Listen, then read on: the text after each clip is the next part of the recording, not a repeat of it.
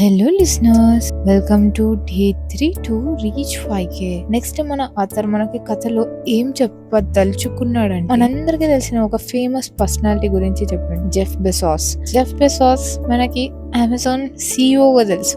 But ఎంతమందికైనా కథ తెలుసు. So ఆయన ఫస్ట్ ఒక ఇన్వెస్ట్మెంట్ బ్యాంకింగ్ లో వర్క్ చేసేవాడు. ఒక ఐడియా వచ్చింది, నేను ఆన్లైన్ లో బుక్స్ అమ్మాలి అని అనుకున్నాడు. ఒక చిన్న సింపుల్ ఐడియా, మనం ఒక గుడ్ చెఫ్ అయితే మనకు చెఫ్ అవ్వాలనిపిస్తుంది, ఆర్ మనం ఒక రెస్టారెంట్ ఆర్ ఒక చిన్న బండి అయినా ఓపెన్ చేయాలనిపిస్తుంది. ఎడిటింగ్ వాళ్ళైతే కంటెంట్ క్రియేషన్, ఒక స్టార్టప్ అలా స్టార్ట్ చేయాలనుకున్న వాళ్ళకి startup ideas.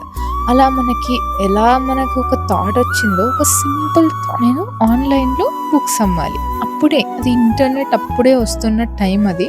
So he just utilize the word internet and he made a business out of it. మరి మన కథ